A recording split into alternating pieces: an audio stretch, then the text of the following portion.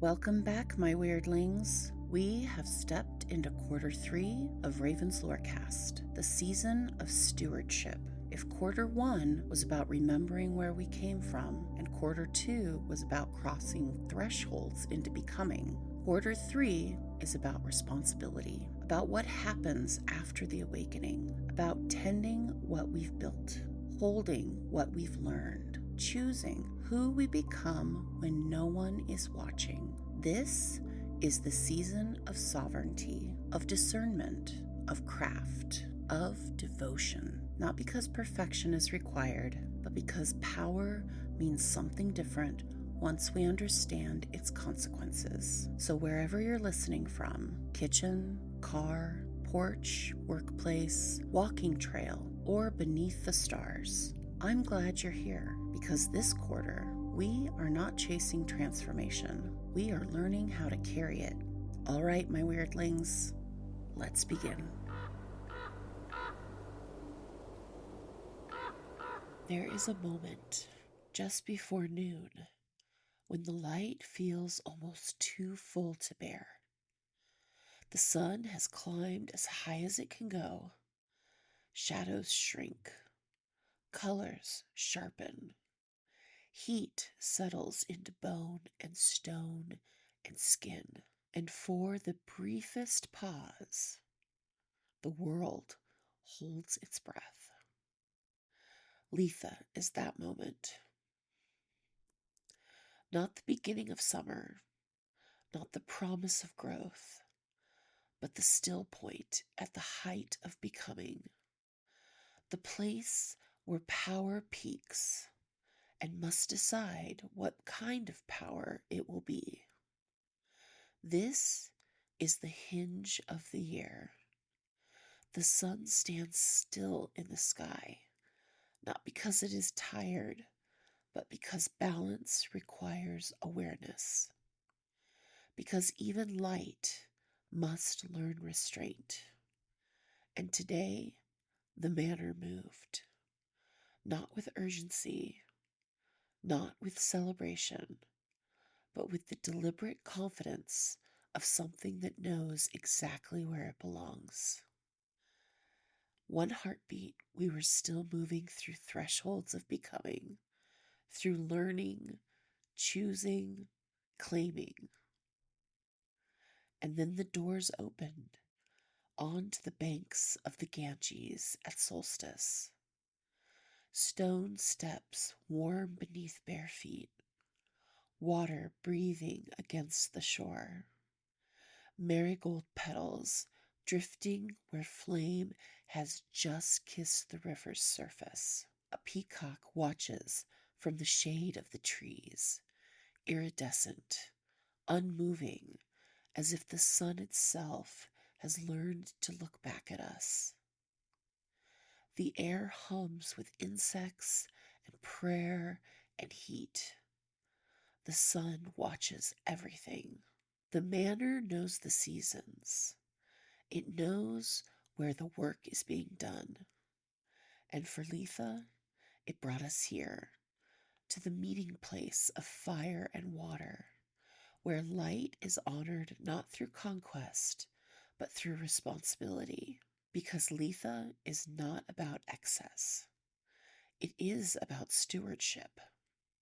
Long before Sabbats were named, humans marked this day. They watched the sun reach its furthest point. They felt the heat settle into crops and labor and flesh. They understood instinctively what this moment required. Careful tending, measured action, respect for what could so easily scorch instead of sustain.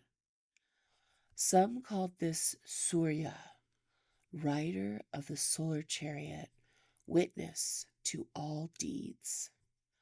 Some saw only the river, the one that receives fire without fear, that carries offerings without judgment, that remembers everything and wastes nothing.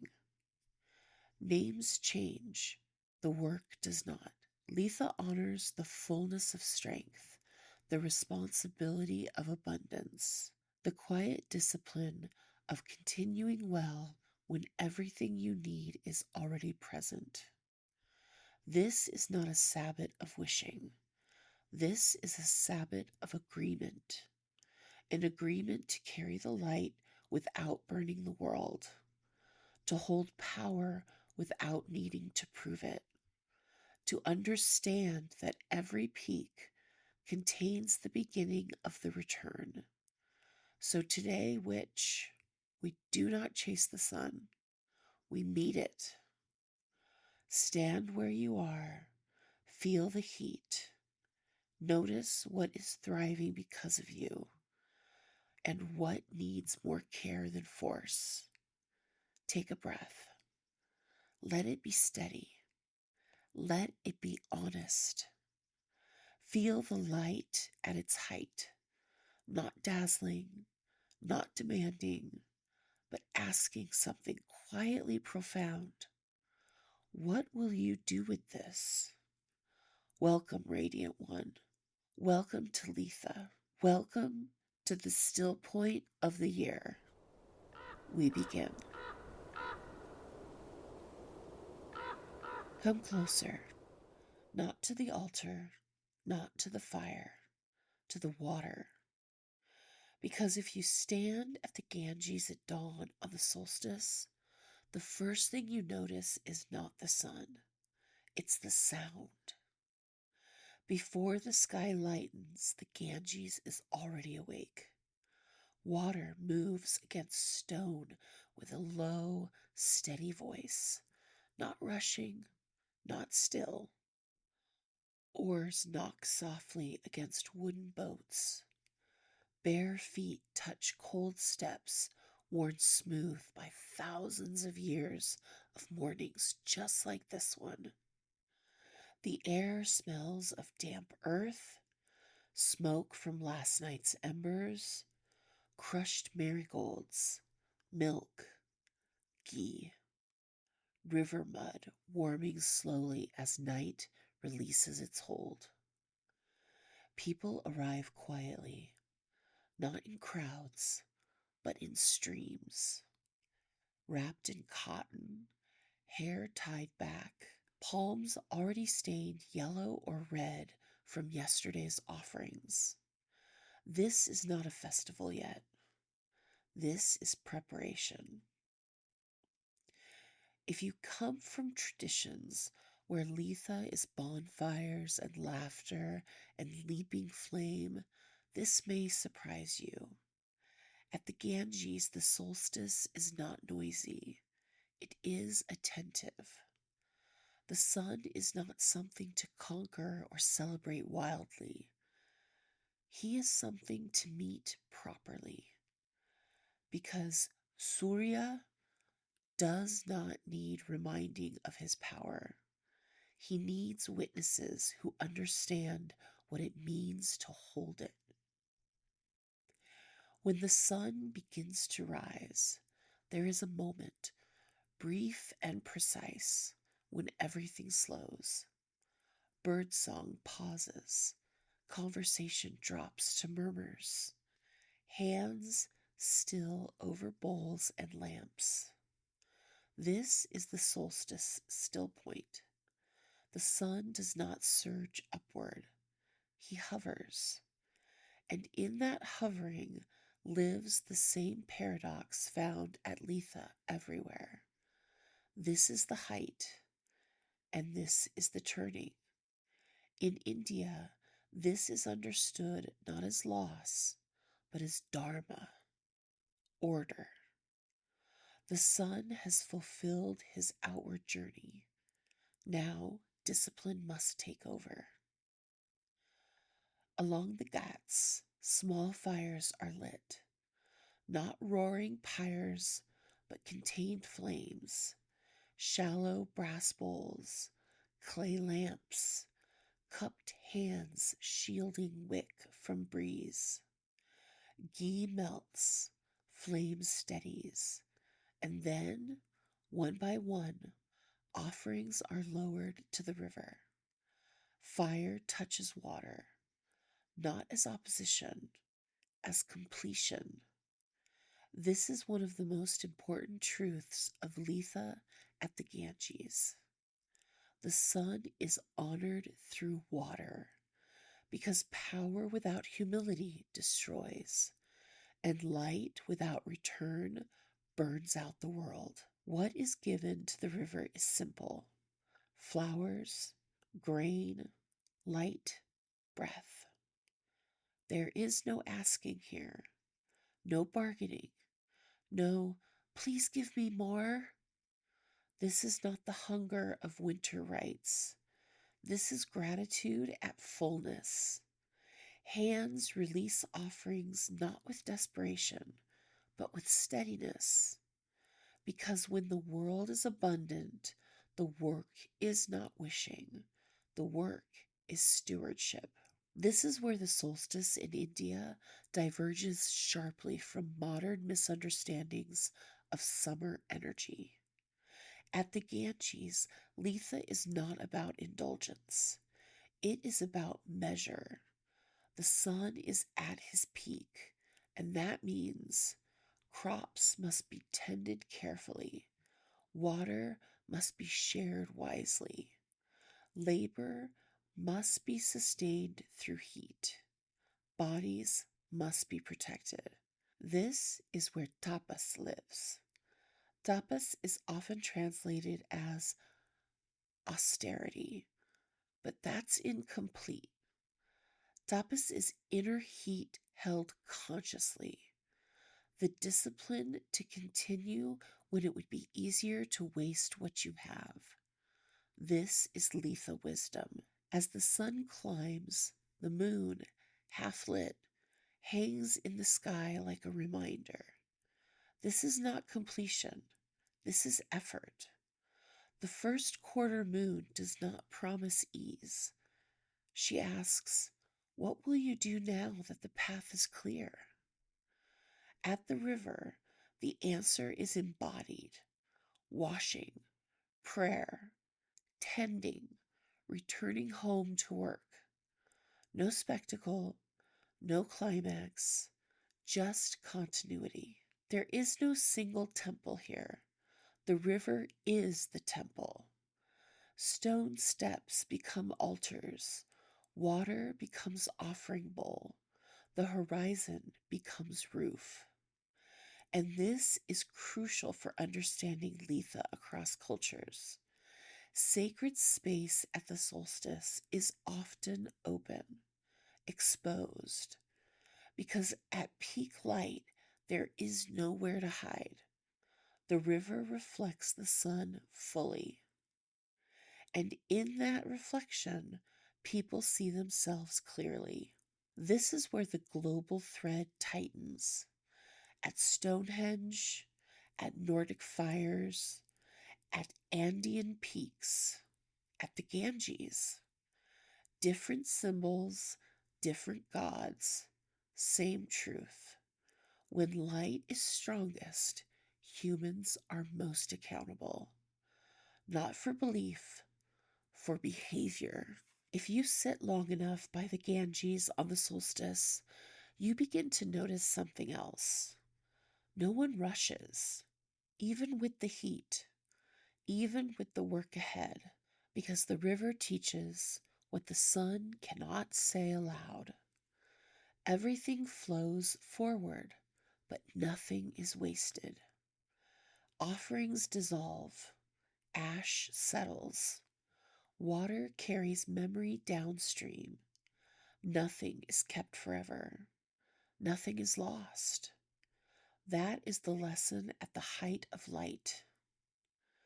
So if you were to stand there, barefoot on stone, sun on your skin, river cooling your hands, Litha would not feel like a party. It would feel like clarity. The clarity of knowing what you've grown, what you must now tend, what cannot be squandered, what must be returned. This is Litha at the Ganges. Not loud, not indulgent, not performative, but steady, a vow made without words, to carry the light without burning the world. Take a breath with me, bright ones, because today is not just a date on the calendar. It's not just the longest day. It's not just summer starting. Today is a still point, a pause so subtle most people miss it, and so powerful entire civilizations were built to mark it. Today, the sun appears to stand still in the sky.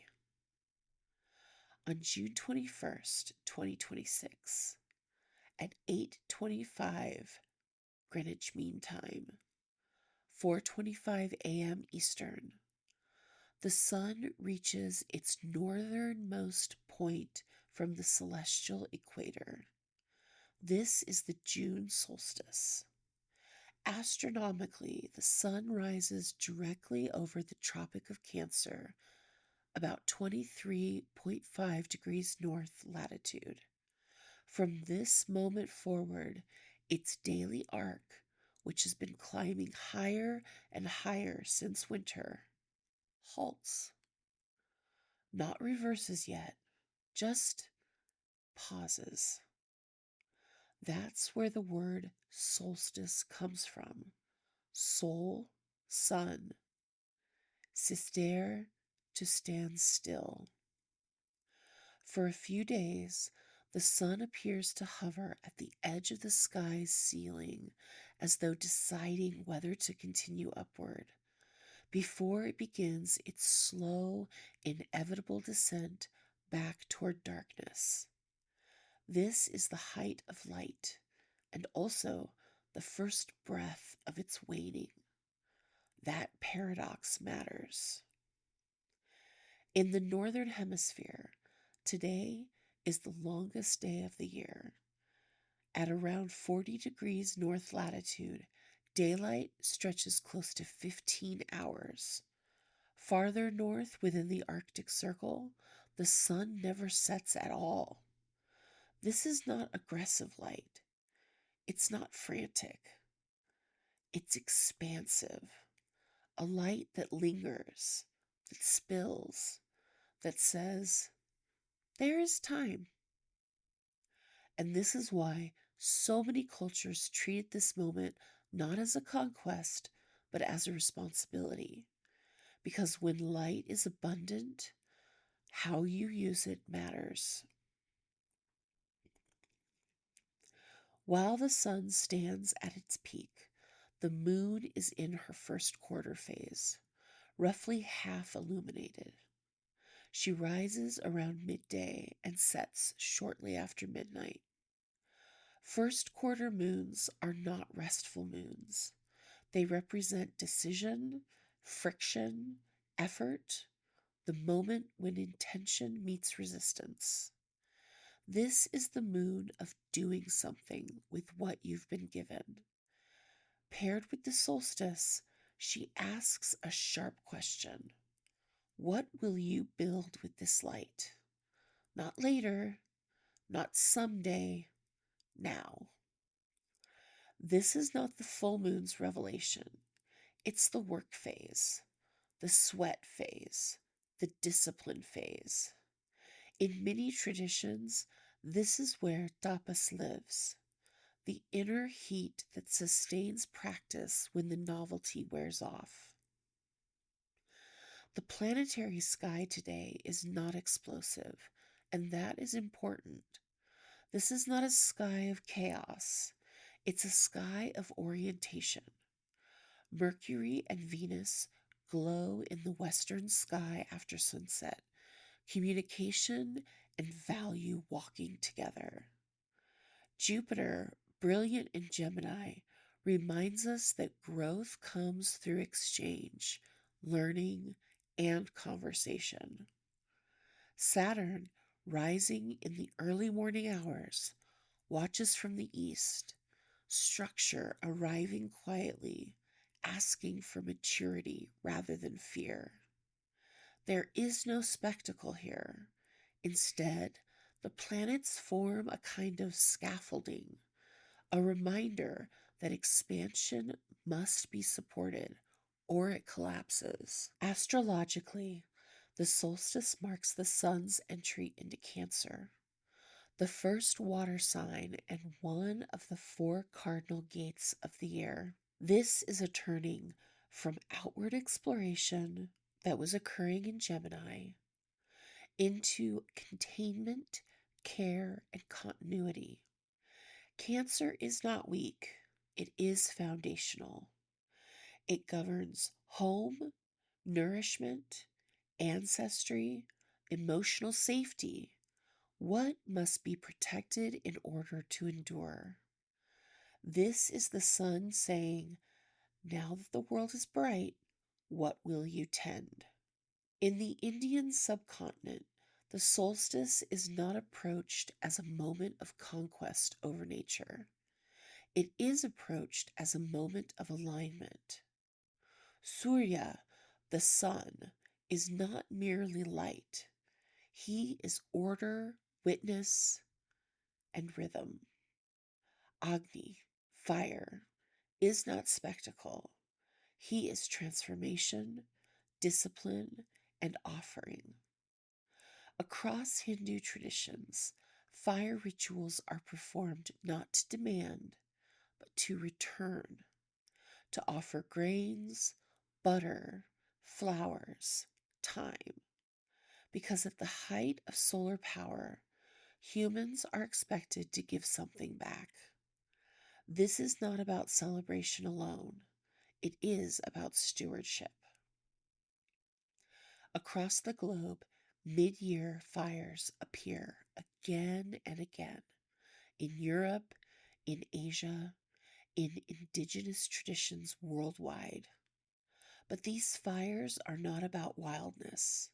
They are contained flames, ringed, watched, tended.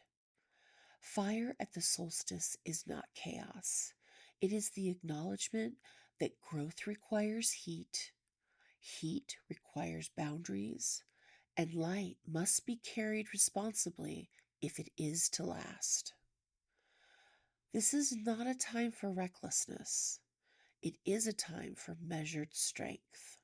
One of the most ancient symbols associated with the solstice is the spiral. Not a straight line, not a peak, a turning. The spiral reminds us that reaching the height does not mean staying there, that descent is not failure, that cycles are not moral judgments. The sun does not lose, it turns, and so will we.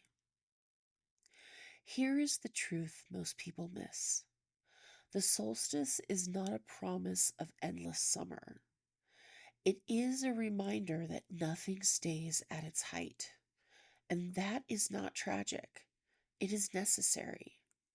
Today holds both abundance and the seed of restraint, which makes this a powerful day not for wishing, but for committing. What will you carry forward when the days shorten? What habits will endure when the light is no longer effortless? That is the real question of Litha. Today, the sun stands still, not to be worshipped, not to be seized, but to be witnessed. This is the halfway point of the year, the moment when effort meets fruition, when light asks for discipline. So if you feel steady today, good. If you feel challenged, also good. This sky is not asking for awe, it is asking for presence. And presence at the height of light is the most powerful offering there is. Some spells begin in smoke and salt. This one starts with almond flour and laughter. Today we make honey cakes for the sun, gluten-free, egg-free, dairy-free, and full of everything that matters. Each step is a small act of devotion.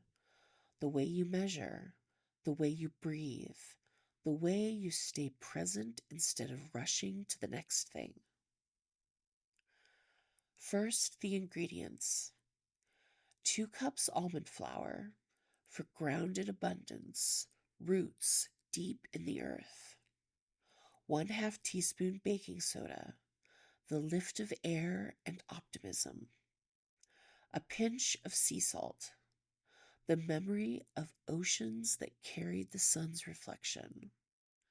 3 tablespoons honey, liquid gold, sunlight made edible. 2 tablespoons melted coconut oil, gentle fire, sustaining warmth. Zest of 1 orange and 2 tablespoons of its juice. Joy, brightness, creative will. A splash of vanilla and a crumble of cardamom. Comfort, familiarity, home. Set your oven to 350 degrees Fahrenheit or 175 degrees Celsius. Let it preheat like a rising sun. Not hurried, not forced, just arriving. As you combine the dry ingredients, say slowly, by seed and stone, by salt and sand, I mix the blessings of this land. By sun and spark, by hive and hand, abundance rises as I planned. When the wet meets the dry, pause.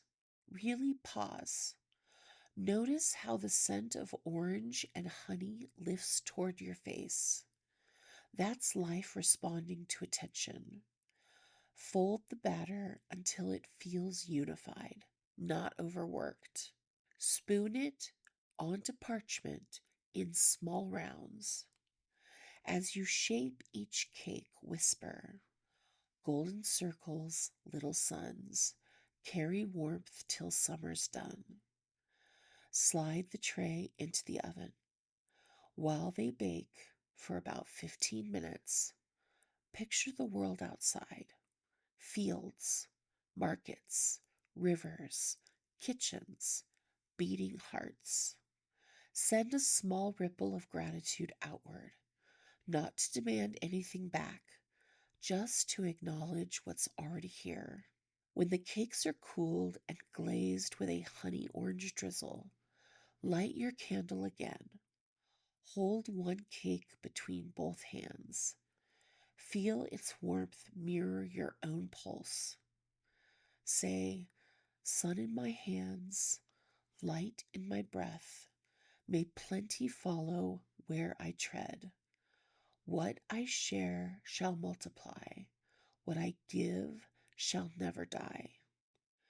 Take the first bite slowly. Let sweetness speak of effort rewarded, of seeds sprouting unseen. That's the spell completing itself, not in the words, but in the savoring.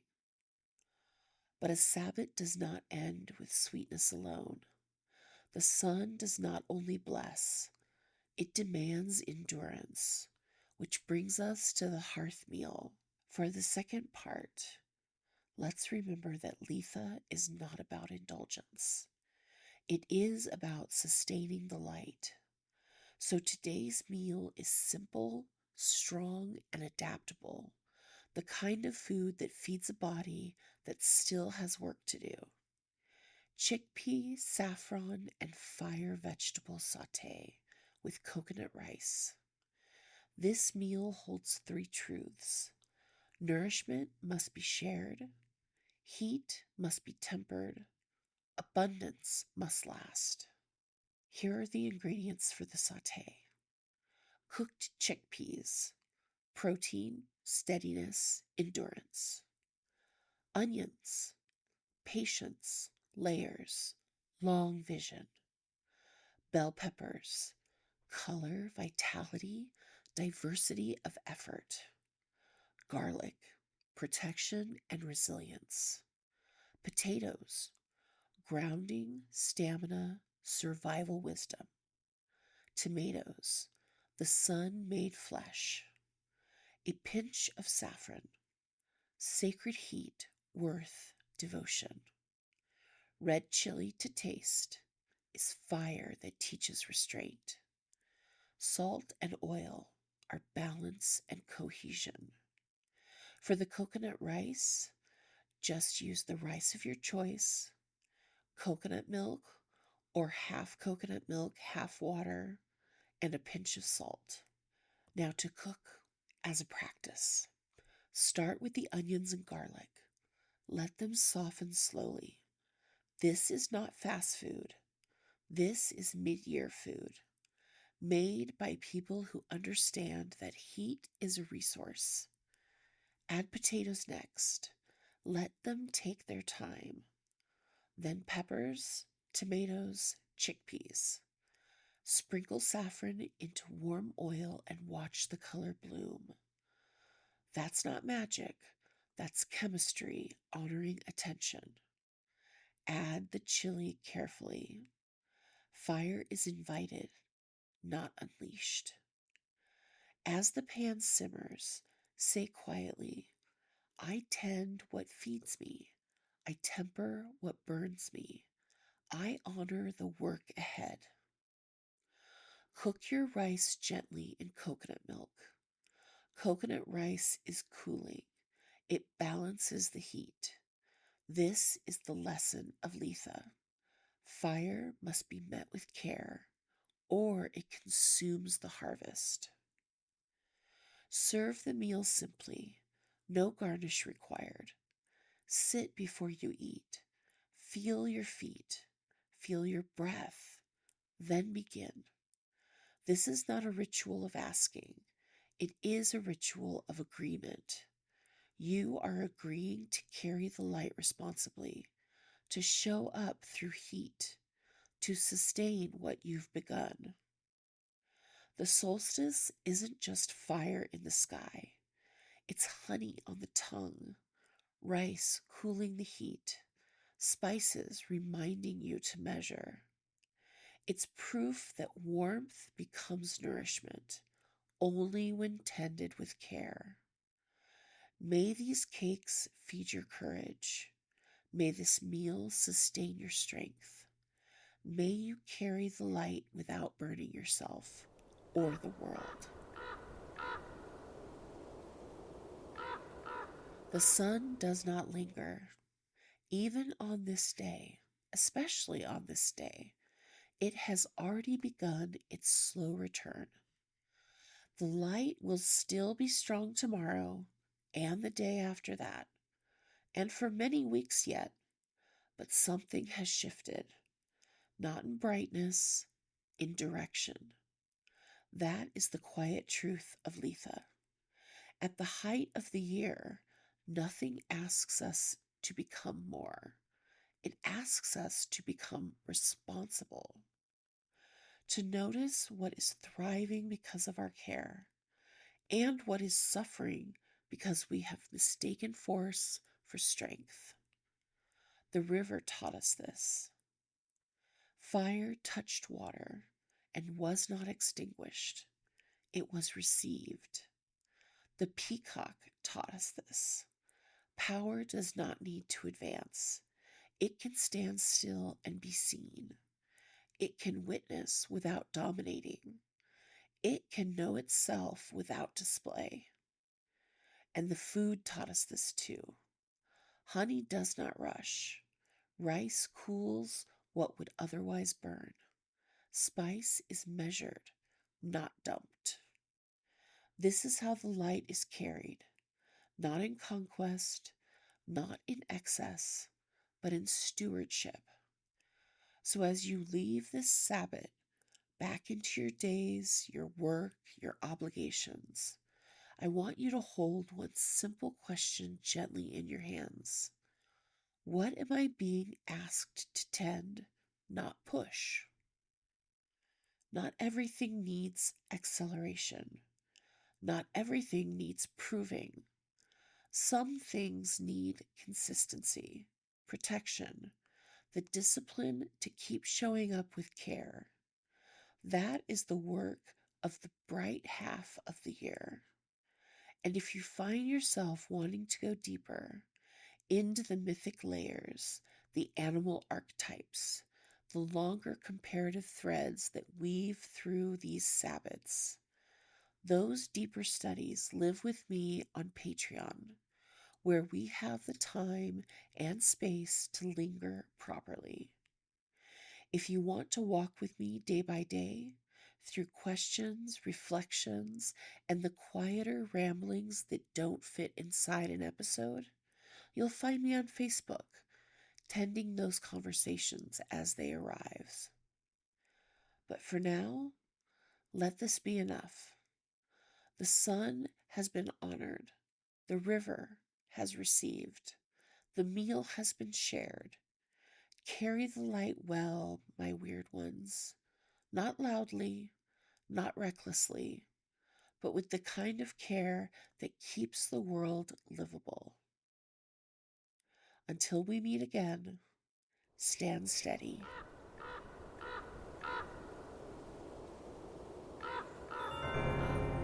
If tonight stirred something in you, if a story lingered, if a question followed you home, if a truth settled quietly beside you, that's the work.